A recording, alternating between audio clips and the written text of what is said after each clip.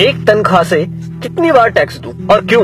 जवाब है, मैंने 30 दिन काम किया, तनख्वाह ली, टैक्स दिया, मोबाइल फोन खरीदा, टैक्स दिया, रिचार्ज किया, टैक्स दिया, डेटा लिया तब टैक्स दिया, बिजली ली फिर टैक्स दिया, घर लिया टैक्स दिया, टीवी फ्रिज आदि लिए टैक्स दिया, कार ली टैक्स दिया, पेट्रोल लिया फिर टैक्स दिया, सर्विस करवाई टैक्स दिया, रोड पर चला फिर भी टैक्स दिया, टोल पर फिर टैक्स दिया, लाइसेंस बनवाया टैक्स दिया, गलती की तो टैक्स दिया, रेस्टोरेंट में खाना खाया तो टैक्स दिया, पार्किंग का टैक्स दिया, पानी लिया उस पर टैक्स दिया, राशन खरीदा उस पर भी टैक्स दिया, कपड़े जूते किताबें ली उस पर भी टैक्स दिया, टॉयलेट गया उस पर भी टैक्स दिया, दवाई ली तो भी टैक्स दिया, गैस ली टैक्स दिया, सैकड़ों और चीजें ली और टैक्स दिया, कहीं फीस दी, कहीं बिल, कहीं ब्याज दिया, कहीं जुर्माने के नाम पर तो कहीं रिश्वत के नाम पर पैसे देने ही पड़े। ये सब ड्रामे के बाद गलती से सेविंग में बचा लिया तो फिर टैक्स दिया। सारी उम्र काम करने के बाद कोई सोशल सिक्योरिटी नहीं, कोई पेंशन नहीं, 5 साल के MP MLA रहते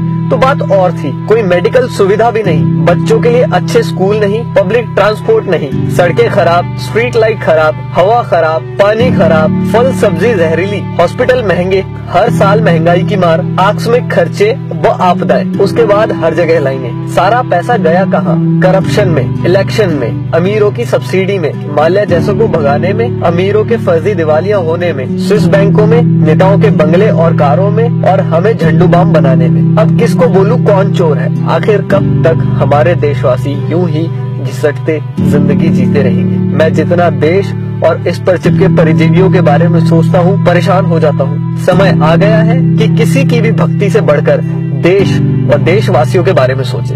प्लीज इस वीडियो को शेयर करके देश के हर नागरिक तक पहुँचाएं। धन्यवाद।